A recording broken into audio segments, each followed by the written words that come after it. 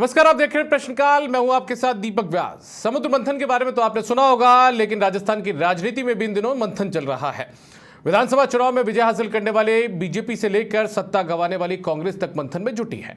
BJP जहां नए मुखिया की तलाश में मंथन पर मंथन किए जा रही है, तो कांग्रेस ने भी हार को लेकर मंथन कर लिया है। लेकिन इस मंथन से आखिर अमृत कब निकलेगा, सभी के जहन में ये सवाल उठ रहा है।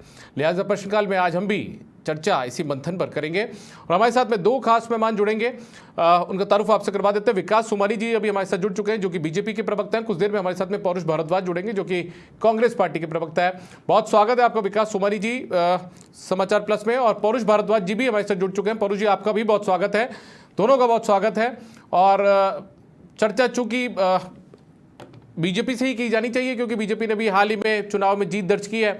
मंथन दोनों तरफ चल रहा है, तो ऐसे में मंथन से अमृत कब निकलेगा, विकास जी बताएंगे। विकास जी बताइए, मंथन चल रहा है आपकी पार्टी में?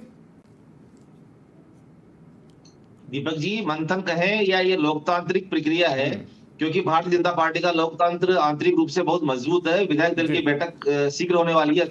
अति शीघ्र जैसे विधायक दल की बैठक हुई और वो निर्णय हुआ, और वो निर्णय होने के बाद शीर्ष नेतृत्व इस पे हरी झंडी दे देंगे, और जल्दी राजस्थान को नई सीएम मिलने वाले हैं, जो नई ऊर्जा और नई जो जनता का जो भरोसा है, उस भरोसे पे जो खरे उतरेंगे। जिस प्रकार से उन्होंने बहुमत दिया है भारतीय जनता पार्टी को, तो समझते हैं कि अति शीघ्र इसकी जनादेश की पालना होने वाली है और मुख्यमंत्री राजस्थान को मिलने वाले हैं। वो जो एक प्रक्रिया, उस प्रक्रिया के अंतर्गत ही सारी कार्रवाई विचाराधीन और होने वाली है।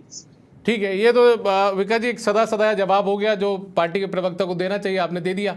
लेकिन देरी हुई कि नहीं हुई, ये तो बताइए सर। देरी इसलिए नहीं कहा जा सकता दीपक जी, जब 2018 में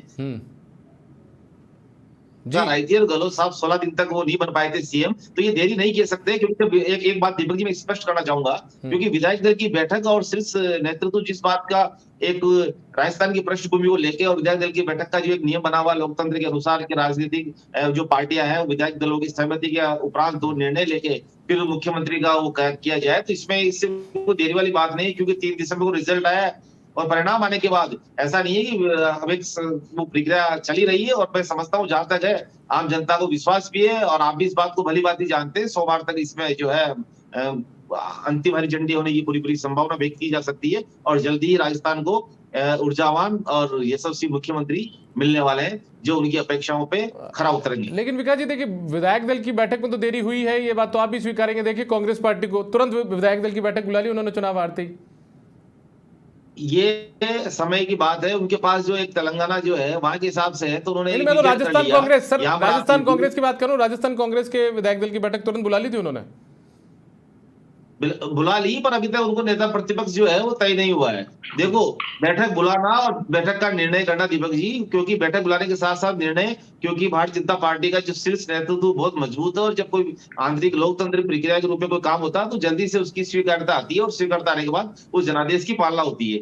जबकि कांग्रेस में अभी चाहे कोई मीटिंग कितनी भी कर ले, पूर्व में भी उनकी मीटिंग चलती रहती है, उसका हश्र और परिणाम क्या होता है आपके सामने। ठीक है पौरुष जी, आपकी दिल्ली में मंथन का दौर चल रहा था। आज अशोक गहलोत जी भी पहुंचे, डोटासरा जी भी पहुंचे, रंधावा जी भी पहुंचे, और भी बड़े नेता मौजूद रहे। क्या निकला अमृत? हालांकि अमृत आपके लिए सत्ता का तो नहीं निकला, लेकिन किसी के लिए नेता प्रतिपक्ष का निकलेगा, इसलिए अमृत कहाँ बने। हालांकि तो विषपान करना पड़ेगा आपको तो फिलहाल चुनाव वाले परिणाम के बाद। तो देखिए, विष मिलेगा या अमृत मिलेगा, बिल्कुल जनता जो है, जनता का निर्णय सिर माथे पर है। जनता ने हमें 5 साल तक अमृत दिया, लगातार 70 साल तक अमृत दिया, तो जनता विष भी देगी, तो उसे निश्चित तौर पे हम बड़ी खुशी से पियेंगे। और देखिए, दूसरी बात, जहां तक कि मेरे बड़े भाई विकास जी भी जो भी बात कह रहे थे, मैं इनको कहना चाहूंगा कि इनको देखिए, जो जिसको हम लोग अब से पहले लोकतांत्रिक प्रक्रिया कहते थे और उसको लोग गुटबाजी कहते थे, अब आज वो गुटबाजी जब इनके यहाँ देखने लगी तो ये उसको लोकतांत्रिक प्रक्रिया बताने लग गए। अरे भाई, आप लोग इतना दोहरापन कहां से लेकर के आते हैं? देखिए, मैं आपको बताना चाहूंगा कि एक तरफ आप कहते हैं कि भाई आपके प्रधानमंत्री आपके प्रधानमंत्री नरेंद्र मोदी जी अत्यंत मजबूत आदमी, और जबकि निश्चित तौर पे हम इस बात को मानेंगे कि राजस्थान में आपकी तरफ से कोई चेहरा चुनाव नहीं लड़ रहा था। मोदी जी का चुनाव था, मोदी जी ही आपके चेहरे थे और कमल का निशान आपका चेहरा था। परंतु उसके बावजूद आप देखिए कि एक तरफ तो यहाँ पे इतना बड़ा हत्याकांड हो जाता है, एक समाज के जो मुखिया उनकी हत्या उनके घर में घुस करके कर दी जाती है। कल दौसा में 6 वर्षीय बालिका का बलात्कार हो जाता है, और आप लोगों ने राज्य को सिर्फ एक कैसे छोड़ दिया आपने। आप एक मोदी जी को आपके समय नहीं मिल पा रहा है, या आपकी गुटबाजी क्या चक्कर है वो आप अंदर आप लोग जाने। परंतु आपको देखिए, आप हमारे ऊपर आरोप लगा रहे हैं हम नेता प्रतिपक्ष तय नहीं कर पाए। नेता प्रतिपक्ष को पावर दिलवा दीजिए, संसद में अमेंडमेंट कर दीजिए कि भाई आधी पावर जो नेता प्रतिपक्ष चलाएगा, हम तो कल ही घोषित कर देते हैं हमारे नेता प्रतिपक्ष को। परंतु देखिए, इस मामले की गंभीरता समझने की जरूरत है। गुटबाजी आपकी खत्म करिए, प्रदेश पूरा देख रहा है, प्रदेश ने आपको जनादेश दिया, तो जनादेश का अपनी पालना कीजिए, अपने कर्तव्य की पालना कीजिए। कुर्सी की लड़ाई बंद कीजिए आप लोग। आपने कुर्सी की लड़ाई में आप एक तरफ तो चाहते हैं कि भाई आपके बाबा बालकनाथ आए, फिर आपके वसुंधरा जी उन्होंने तो मना कर दिया करवा रही है। परू जी, बाबा बालकनाथ ने मना कर दिया। परू जी, बाबा बालकनाथ ने मना कर दिया। बिल्कुल, जी दीपक जी, मैं उसी बात को ला रहा हूँ बीच में कि देखिए, जब इनके यहाँ पे वसुंधरा जी को शुरू में ये लोग इग्नोर करना चाहते हैं 5 साल तक, जब अंत में पता पड़ता है कि राजस्थान की सिंगनी तो वसुंधरा ही है, तब उसके बाद बालकनाथ जी को पीछे कदम फेरने पड़ते हैं और आगे ठीक है। अरे परू जी, अब आपने एक नया सवाल खड़ा कर दिया। परू जी मुझे बताइए कि बीजेपी के भीतर कुछ भी चल रहा हो, कुछ ना चल रहा हो, इतनी हमदर्दी वसुंधरा राजे को लेकर आपके नेताओं को क्यों है, आपको खुद को क्यों है? मुझे ये बताइए ना सर। सचिन पायलट को लेकर तो इतनी हमदर्दी नहीं होती आप लोगों को? नहीं दीपक जी, देखिए, मैं आपको इस बात को कहना चाहूंगा, क्योंकि राजस्थान का इंटरनल मामला, भाजपा का इंटरनल मामला है, और एक राजस्थान वासी होने के नाते एक राजस्थान की महिला नेता को जिस प्रकार से भारतीय जनता पार्टी ने लगातार प्रताड़ित किया पिछले 5 वर्षों, हमने देखा कि उनकी किस प्रकार से इनकी पार्टी के द्वारा उपेक्षा की गई। परंतु देखिए, फिर भी जो भी चीज है उससे कोई मतलब नहीं है। परंतु देखिए, जिस प्रकार से इनके गुटबाजी, बताइए, आप राजस्थान में इनके विधायक चले गए, फिर वहां से दिल्ली चले गए। अरे परू जी, उपेक्षा की बात आप लोग कर रहे हैं। परू जी, उपेक्षा की बात आप लोग कर रहे हैं। परू जी, उपेक्षा की बात आप लोग कर रहे हैं। कहना चाहूंगा, मैं आपसे कहना, राजस्थान के उप मुख्यमंत्री को इस बात की जानकारी नहीं होती थी कि स्टेट हाईवे से टोल फ्री की जो व्यवस्था थी वो आप लोगों ने खत्म कर दी। आपके एसीएस फाइनेंस तत्कालीन जो हुआ करते थे वो फैसला ले लेते थे मुख्यमंत्री के कहने पर। बात को कहना चाहूंगा दीपक जी, देखिए, सरकार बनने के बाद में, सरकार का जनादेश देने के बाद में मुख्यमंत्री कोई भी बैठे उसकी कमियां हम बाद में निकालते रहेंगे। परंतु अभी देखिए, राज्य में सर्वाधिक आवश्यकता एक मुख्यमंत्री की है, जो कि 7 दिन हो गए। कहां गई मोदी जी की मजबूती? 2018 में कितने दिन लगे थे? 2018 में कितने दिन लगे थे? मेरे प्रवक्ता बड़े भाई, इनके माध्यम से भारतीय जनता पार्टी को कहना चाहता हूं, आप जल्दी से जल्दी आप कार्रवाई कीजिए। आप कब तक आप लोग जो है अपने से बचेंगे? राजस्थान में घटनाएं घटी जा रही है, आपकी यूपी जैसी स्थिति, यूपी में जो स्थिति आपने बना दी, और आपने एनसीआरबी के आंकड़े छुपा के रखे, आपने छुपा के रखे ताकि राजस्थान की जनता भ्रमित हो। लगातार आप हमारे पर नंबर 1 क्राइम प्रदेश का आरोप लगाते रहे। जब चुनाव के एक दिन बाद जब एनसीआरबी ने आंकड़े जारी करे तो पता पड़ा कि महिला पे अत्याचार पे, महिला बलात्कार में, डकैती में, चोरी में उत्तर प्रदेश, गुजरात, दिल्ली, ठीक है। परू जी, एक मिनट। बंद कीजिए, परू जी जवाब ले लेते हैं। परू जी जवाब ले लेते हैं। आप बहुत राजस्थान का घोषित कीजिए आप लोग। परू जी बहुत उत्तेजित हैं आप, आज बहुत उत्तेजित हैं परू जी, क्योंकि आज विपक्ष का पूरा धर्म निभा रहे हैं वो, आज आते ही बैठते ही। ठीक है विकास जी, जवाब दीजिए इनकी बातों का। कहाँ देरी हो रही है? दीपक जी, इन्होंने विपक्ष का धर्म भी निभाया है और ये अपनी जनता मंशा भी जाहिर कर चुके हैं। इन्होंने देखा भी है कि भारतीय जनता पार्टी का राज कितना अच्छा है, सुशासन कितना अच्छा रहता है। अब आप जो आंकड़े गिना रहे हो परू जी, वो आंकड़े आप गिना चुके पिछले 4 साल 5 साल के आंकड़े गिना। मैंने नहीं कहा, एनसीआरबी ने घोषित किया विकास जी, मैंने घोषित नहीं करे। मेरे आंकड़े नहीं है, एनसीआरबी का आंकड़ा जो कि राष्ट्रीय संस्था है। जवाब ले लें, एक बार जवाब ले लेते हैं परू जी, जवाब ले लेते हैं एक बार। परू जी जवाब ले लेते हैं। आपको इस बात को माननी पड़ेगी। पहले आप देश की जनता से माफी मांगिए। आप लोग देश की जनता से माफी मांगिए। आप लगातार झूठा आंकड़े पेश करके राजस्थान को पूरे भारत में, पूरे विश्व में आप लोग बदनाम करते हैं। आपको शर्म आनी चाहिए। माफी मांगिए आप लोग, पहले देश की जनता से माफी मांगिए। आप लोग माफी मांगिए। आप जनता को आप राजस्थान वासी होकर के राजस्थान के साथ अन्याय करते हैं। आप राजस्थान को पूरे विश्व में बदनाम करते हैं। आपको समझना चाहिए बात। आंतरिक कलह के साथ साथ आपकी जो पार्टी आंतरिक कलह, तो आपकी पार्टी झेल चुकी है, वो 5 साल जनता दे चुकी है। देख रही है राजस्थान की जनता। 7 दिन हो गए, 7 दिन हो गए मुख्यमंत्री नहीं बना अभी तक। 7 दिन हो गए मुख्यमंत्री नहीं बना। राजस्थान की जनता कलह देख रही है। कहाँ गई मोदी जी की मजबूती? कहाँ गई अमित शाह की ताड़क की गिरी? कहाँ गई? पूछ रहा हूं आपसे। ये जनता आपसे ये बात पूछना चाहती है कि 2018 में आपने 2023 चल रहा है, 2023 चल रहा है। जनता ने जनादेश दे दिया, निकलिए नेहरू जी से, निकलिए बाहर, राजीव गांधी से निकलिए बाहर, कांग्रेस से बाहर निकलिए। जनता ने दायित्व दिया है, आपको संभालिए, अपने दायित्व को संभालने के लिए आगे आइए आप लोग। दायित्व को संभालिए। ठीक है, अरे एक मिनट परू जी जवाब ले लेते हैं। परू जी जवाब ले लेते हैं। कांग्रेस को 2000 ऊपर करके कब तक राजनीति करेंगे? बताइए इस बात को। परू जी जवाब ले लेते हैं, परू जी जवाब ले लें, एक बार जवाब दे दें विकास जी, एक बार फिर वापस आऊंगा आपके पास। जी दीपक जी जी मैं बात कहना चाहूंगा इनको कि अति शीघ्र आपको मुख्यमंत्री मिलने वाले हैं, और मुख्यमंत्री ऐसे नहीं कि जैसे आपने डिप्टी सीएम बना दिए फिर इस्तीफा दे दिया, ऐसी चरमराई हुई सरकार जो कुशासन को जन्म दे, मतलब ऐसी अभी भी सरकार आपके ने अपने दायित्व से आप भाग रहे हैं, अपने दायित्व से आपके नेता भाग रहे हैं और दोषारोपण आप हम पे कर रहे हैं। कैसी विचित्र स्थिति है। जनता ने जनादेश आपको दिया और अभी भी दोषारोपण हम पर। अरे बात, अरे सर सुन तो लीजिए, सर सुन तो लीजिए, एक बार परू जी इनका जवाब तो सुन लीजिए, परू जी जवाब तो सुन लीजिए उनका।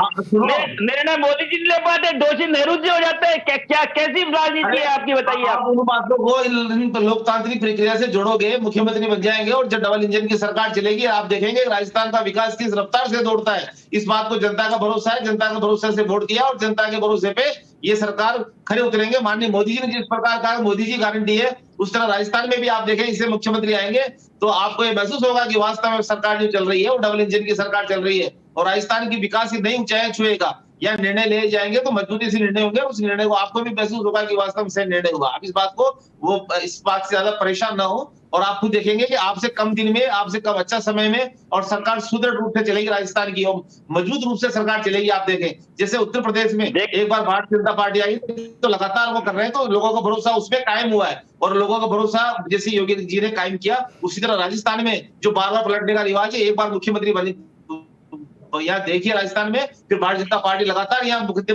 बनाएगी और भारतीय जनता पार्टी की सरकार यहाँ बनती आएगी। जब एक बार किसी चीज को एडजस्ट करना होता है और राजस्थान सरकार के लिए, राजस्थान के लिए विकास के लिए गति बढ़ानी होती है। राजस्थान ने रिवाज कायम रखा है विकास जी, राजस्थान ने रिवाज कायम करा है। राजस्थान की जनता को घी पिलाया था हमने, आपने महंगाई रूपी जो अमृत पिलाया, जो हमारे द्वारा 400 रुपए का सिलेंडर छोड़ा गया, 400 रुपए का सिलेंडर को 1100 रुपए ले गए। उज्ज्वला योजना आपके घोषित की थी, आपके नेताओं ने घोषित की थी, उसको हमने 500 रुपए में सिलेंडर दिया और आपके मोदी जी की गारंटी। एक मिनट विकास जी एक मिनट रोकूंगा आपको। विकास जी एक मिनट परू जी, आप कह रहे हैं जनता को आपने घी पिलाया फिर भी जनादेश आपके खिलाफ मिला, क्या वजह रही? देखिए दीपक जी, मैं इस बात को कहना चाह रहा हूं कि ये कह रहे हैं कि भाई हमने उत्तर प्रदेश में बढ़िया शासन दिया और है ना इसलिए हम लोग उत्तर प्रदेश में। मैं आपकी पीड़ा सुनना चाह रहा हूँ परू जी, मैं पीड़ा सुनना चाह रहा हूँ, घी वाली बात बता दीजिए ना एक बार, क्या था वो? दीपक जी बिल्कुल निश्चित तौर पे मैंने घी वाली बात का जवाब इस संदर्भ में दिया। संदर्भ भी सुना जाना चाहिए।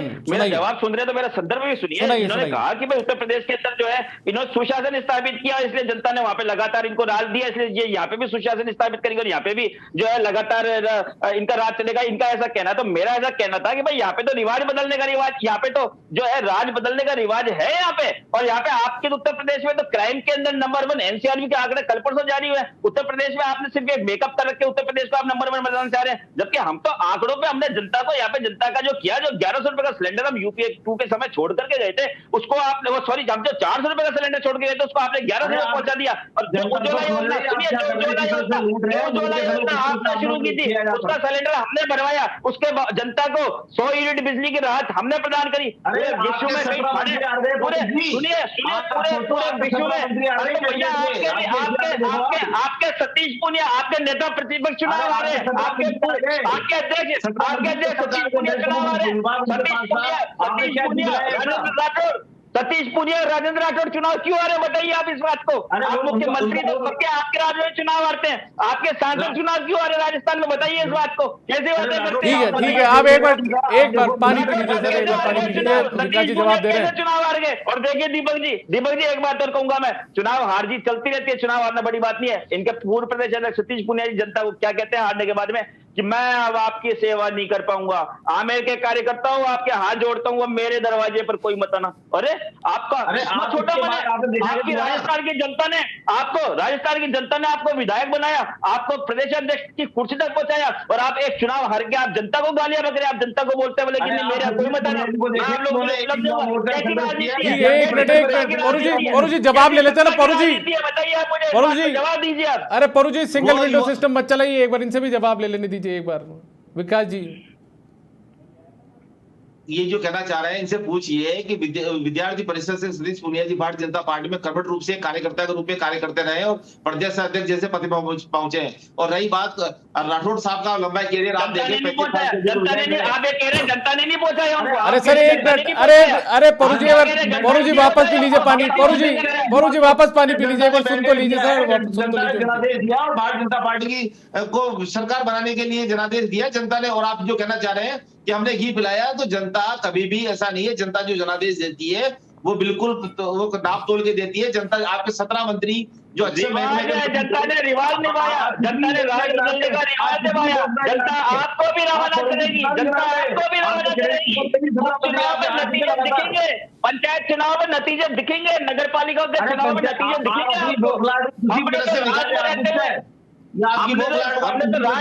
एक मिनट परू जी देखिए गलत परिपाटी चल रही है। परू जी भारद्वाज जी, परू जी देखिए गलत परिपाटी चल रही है। उन्होंने आपकी बात सुनी, अब उनकी बात भी आप सुन लीजिए, उसके बाद में जवाब ले लेंगे आपसे।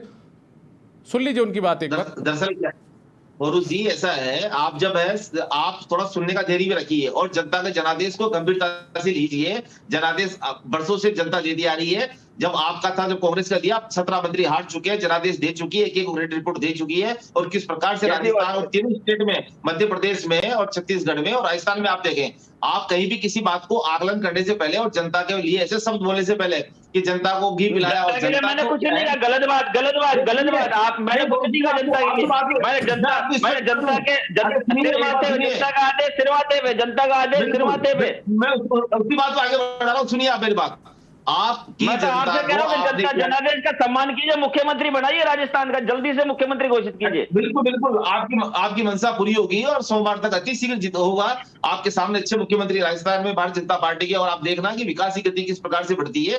ये जनता, आप भी अपन भी वोट करते हैं, आप भी एक पहले जनता हो, बाकी फिर कांग्रेस से प्रवक्ता हो, चल रहा है। बाकी जनता ने जो जनादेश दिया, वो जनादेश सर बातों पर उसकी अक्सर से अक्सर पालना भारतीय जनता पार्टी का शीर्ष नेतृत्व लोकतांत्रिक तरीके से कर रहे हैं पूरे। और ऐसे मुख्यमंत्री मिलेंगे आप इसी डिबेट पे आपको जो गति होगी, जो आप देखेंगे कि राजस्थान का विकास किस गति से डबल इंजन की ओर से चल रहा है। ये जनता इस बात को महसूस भी कर चुकी है और वहां भी कर चुकी है कि मोदी जी की गारंटी क्या कहते हैं, कि मोदी जी जो कहते हैं वो करते हैं। और भारतीय जनता पार्टी उन्हीं का चेहरा है। कमल का फूल पे चुनाव चिन्ह दिया, विचारधारा पे चुनाव चिन्ह दिया है, जो राष्ट्र हित और देश हित के लिए प्रभावशाली। आप उन मुद्दों पे बात कीजिए। आप अपनी बात है, कांग्रेस है अपनी बात है, कह रहे हैं आपने 5 साल किया, ठीक है, जनता ने जनादेश दे दिया उनको जो लगा सही, पर आप उनको इस तरह मत कीजिए। आगे भी कुछ हो जाएगा, ठीक है, जनता फिर देख लेगी पंचायत में, नगर पालिका में जो उनको सही लगेगा, जो विकास की गति आएंगे तो वो और दे देंगे। उसमें क्या तकलीफ है? जो जनता जिस आकलन को करती है तो वो आकलन बहुत अच्छी तरीके से करती है। इस बात को आपको भी मानना चाहिए और सभी लोग करीब मानते हैं। ये लोकतंत्र की खूबसूरती है। ठीक है, ठीक है। बीजेपी पर बात हो गई, बीजेपी का मंथन से अमृत कब निकलेगा? कांग्रेस के मंथन का क्या हुआ, मुझे ये तो बताइए पौरुष भारद्वाज जी। आज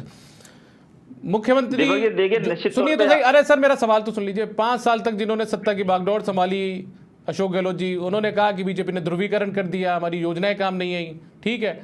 मुकेश भाकर आपके विधायक है, सचिन पायलट गुट के माने जाते हैं, दूसरी बार विधायक जीत कर आए हैं। वो कह रहे हैं कि जिन चेहरों का सही जगह उपयोग किया जाना था वो उपयोग नहीं हो पाया, कमियां नहीं है हमारी।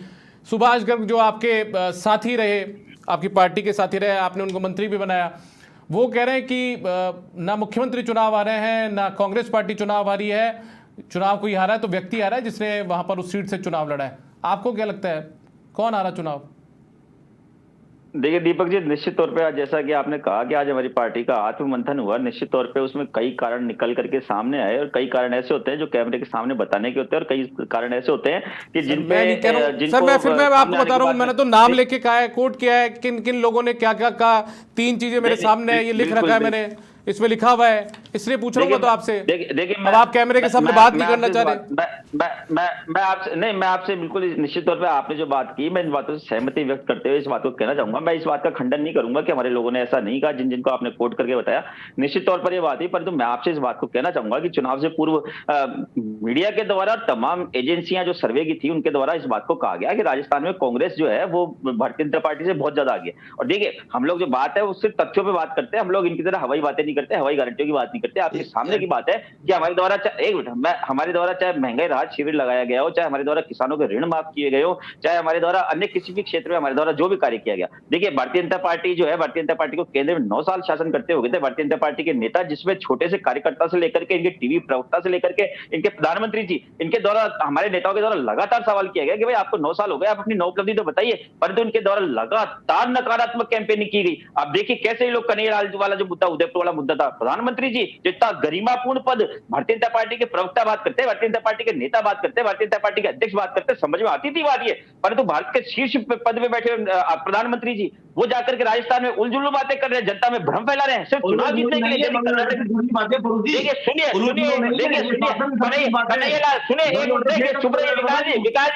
विकास जी देखिए मेरी बात सुनिए आप। मैं बोल रहा हूँ प्रधानमंत्री जी ने क्या कन्हैयालाल के लिए ये नहीं कहा कि राजस्थान में कन्हैयालाल को 5 लाख रुपए दिए गए, रामगढ़ में 50 लाख रुपए दिए गए, कह दीजिए प्रधानमंत्री जी ने नहीं कहा। और क्या ये तथ्य पे नहीं है कि उदयपुर के अंदर 50 लाख रुपए कांग्रेस की सरकार द्वारा दिए गए उनके परिजनों को और 2 सरकारी नौकरी दी गई? और क्या ये सत्य नहीं है कि 6 घंटे के अंदर उनके अपराधियों का हमारे द्वारा पकड़ लिया गया था? और जब भारतीय जनता पार्टी के नेताओं की और उनके कार्यक्रमों में उस अपराधी की फोटो वायरल होने लगी और आप लोग घबराए जब पता पड़ा कि कन्हैयालाल का अपराधी आपकी पार्टी का अंशों के बच्चे का कार्यकर्ता था। आपने एनआईए को भी भेजा, एक साल लटका के रखा आपने मामले को, आपने 1 साल लटका के रखा, आपने सर्वनाश किया। आपका लो पूरी तरह से खेलता है। एनआईए हमारी थोड़ी ना, एनआईए हमारी थोड़ी ना, केंद्र सरकार की। ठीक है पौरू जी जवाब ले लेते हैं, पौरू जी जवाब ले लेते हैं, पौरू जी जवाब ले लेते हैं, पौरू जी जवाब ले लेते हैं, इनसे जवाब ले लेते हैं। देखिए दीपक जी मैं अपनी बात को मैं अपनी बात का एक बात इनसे पूछना चाहूंगा कि मैं इनसे आप इनसे पूछिए कि जिसमें 6 घंटे के अंदर हमने केस, 6 घंटे में हमने अपराधी पकड़ लिए, हमने 4-5 दिन के अंदर सारे तथ्य जुटा लिए। अब देखिए अब आप सुनिए मेरी बात सुनिए, आपने ये बातें आपने जनता के बीच जाकर भी कही थी। जवाब दीजिएगा मेरी बात सुनिए, जवाब दीजिएगा आपकी बारी आए। जब मैं आपसे इस बात को पूछना चाहूंगा कि जब भारतीय जनता पार्टी के नेताओं के साथ उसके हत्यारे की जब तस्वीरें वायरल होती है तो एनआईए की एंट्री बीच में क्यों होती है? सवाल पूछिए आप इनसे। और दूसरा सवाल ये भी पूछेगा कि इन्होंने ये बात कही कि उदयपुर की घटना के आतंकवादियों से तार जुड़े हुए, कौन सा आतंकवादी संगठन से जांच करी है एनआईए ने? बताइए कौन से आतंकवादी संगठन के कौन कार्यकर्ता उस पूरे घटना कांड में? ठीक है बताना पड़ेगा। अरे मेरे पास वक्त की कमी है, ठीक है माफी मांगी आप इस बात, वक्त की कमी है, जवाब ले लेते हैं ना, विकास जी बैठे हुए हैं। आपकी बात का जवाब दे दूं। हाँ बिल्कुल आप जो कहना चाह रहे हैं, कन्हैयालाल जी ने पहले पुलिस थाने में जाके रिपोर्ट दी कि मेरे इस तरह की घटना होने की संभावना है, मुझे जान से मारने की धमकियां मिल रही है, उस पर लिखित एप्लीकेशन दी। थाना पुलिस ने क्या किया, उनकी बात को गंभीरता से नहीं लेकर उन्होंने अपनी शॉप को 3-4 दिन बंद रखा, कई दिन तक बंद रखा। तो पुलिस वालों ने जाके उसकी शॉप खुलवा दी और शॉप खुलवाने के बाद घटनाओं का सब कुछ विवरण देने के बाद और पूर्व सूचना के बाद इस तरह की घटना हो जाए तो कानून नाम की जगह कहां बची? दूसरा विषय और सुन लो पौरू जी, आप जो कहना चाह रहे हो, आपने एनआईए का बताइए ने क्या किया? एनआईए बताइए। और अरे 1 मिनट सुन तो लीजिए, अरे 1 मिनट, अरे वापस आ जाएगी पौरू जी, जो समय है थोड़ा बहुत समय है हमारे पास, मैं ले लूंगा जवाब आपसे। आप सुनना नहीं चाहेंगे? जब पहले लॉ एंड ऑर्डर की व्यवस्था जो है और राजस्थान सरकार के पास होती है, जब घटना हो जाती है, घटना होने के बाद जब एनआईए को दी जाती है, एनआईए में 10 माह पूर्व चार्जशीट पेश करती है उसकी। और आप सुनिए, बयान गवाहों को सुरक्षा देने की बात आई तो राजस्थान सरकार ने सुरक्षा नहीं दी। अब बात सुनना आप दूसरी, और पूरी जब आप बोल चुके पूरी सुनना पूरी बात को। सुखदेव सिंह गोगामेडी ने ज्ञापन दिया कमिश्नर को जाके जयपुर पुलिस में। उदयपुर की बात कीजिए। अरे उदयपुर की विकास जी अभी पूरी नहीं हुई है। उदयपुर की बात कीजिए, उदयपुर की बात कीजिए। 5 लाख दिए, 50 लाख दिए, जवाब दीजिए। ठीक है पौरू जी मुझे ये बताइए, पौरू जी सुनिए, पौरू भारद्वाज जी आपने डिबेट की शुरुआत में सुखदेव सिंह गोगामेडी का जिक्र किया था ना, आपने किया था ना, कानून व्यवस्था बिगड़ी हुई है, आपने कहा था राजस्थान में बीजेपी के आने के साथ ही, जनादेश आने के साथ ही, संदर्भ चल रहा है। आपने कहा था ना जनादेश आने के साथ एक हत्या हो जाती है। विकास जी देखिए उदयपुर वाली घटना पे देखिए 2-3 बिंदु है मेरे। आप इनसे पहली बात पूछिए, कहिए कि क्या राजस्थान सरकार ने 5 लाख रुपए दिए थे या 50 लाख रुपए मुआवजा दिया था? पहले इनसे बात पूछिए। यदि राजस्थान सरकार ने 50 लाख रुपए दिए तो भारतीय जनता पार्टी के नेताओं ने अपने भाषणों में ये भ्रम क्यों फैलाया कि हमने सिर्फ 5 लाख रुपए दिए और रामगंज में 50 लाख रुपए दिए? पहली बात ये क्लियर कीजिए। दूसरी बात आप इनसे इस बात को क्लियर कीजिए कि एनआईए जब बीच में आई है और एनआईए ने कहा है कि आतंकवादी। चलिए ठीक है पौरू भारद्वाज जी मुझे ये बताइए, बताइए पौरुष जी, मुझे ये बताइए, दो लोगों में झगड़ा हो जाता है। पौरुष भारद्वाज जी, रामगंज की तुलना, आप रामगंज की तुलना यदि उदयपुर से कर रहे हैं तो बिल्कुल गलत है। रामगंज में यदि दो लोगों में झगड़ा होता है, गाड़ी भिड़ने के विवाद, तो सुनिए मेरी बात, अरे सर सुन लीजिए, गंगापोल का मामला था, रामगंज जाके बंद करवाया गया था, सबको पता है। दो लोगों में झगड़ा हुआ, उसमें 50 लाख रुपए देने की, डेयरी आवंटित करने की कहां जरूरत आ पड़ी थी, संविदा पर नौकरी देने की कहां जरूरत आ पड़ी थी? तुलना इन्होंने की, तुलना हमने नहीं की। तुलना अरे सर मैं पूछ रहा हूँ, सर मैं पूछ रहा हूँ आपसे, सर मैं ही पूछ रहा हूँ, सर मैं पूछ रहा हूँ आपसे। अरे सर मुझे बता दीजिए, दो लोगों में सर सुन तो लीजिए, दो गाड़ियों की टक्कर होती है, विवाद बढ़ जाता है, उसके बाद में विवाद के बाद में एक पक्ष जो है वो लगातार हंगामा करता है, आपके जो विधायक है वो पहुंच जाते हैं। 50 लाख की मुआवजा देने की क्या जरूरत पड़ी थी उसके अंदर? क्या हर दुर्घटना के अंदर ऐसी मुआवजा दिया जाएगा? दो लोगों के आंतरिक झगड़े के अंदर ऐसी मुआवजा दिया जाएगा? यदि किसी की मौत होती है तो डेयरी आवंटित करते आए थे आप इससे पहले भी? क्या संविदा पर नौकरी देते आए थे आप इससे पहले भी? देखिए, मैं आपसे इस बात को कहना चाहूंगा कि अभी उदयपुर वाली जो बात है उसमें इनकी तरफ दो सवाल अभी भी अनुत्तरित है। पहले आप इनसे जवाब लीजिए, उसके बाद आपके सवाल का मैं भी जवाब दूंगा, निश्चित तौर पे देके जाऊंगा मैं आपको। पहले आप इनसे जवाब लीजिए। अब सर ये क्या मतलब हुआ सर आप उदयपुर की तुलना वहां से कर रहे हैं बराबर से? जनता नहीं, सुनिए, जनता भारतीय जनता पार्टी के नेताओं के प्रवक्ता के मुंह से सच सुनना चाहती है, इनको सच बताना पड़ेगा। ठीक है पौरुष जी, विकास जी आपकी आखिरी टिप्पणी, आप कहिए 5 लाख दिए, 50 लाख स्वीकार कीजिए, पहले स्वीकार कीजिए। आप सुनना नहीं चाह रहे? हाँ विकास जी आपकी आखिरी टिप्पणी। जहां तो आपने रामगंज में त्वरित रूप से पहले उसमें ही आपसे बताइए, आप तो 5 लाख दिए, 50 लाख दिए, जवाब दीजिए। उदयपुर में 5 लाख या 50 लाख, उदयपुर में 5 लाख या 50 लाख।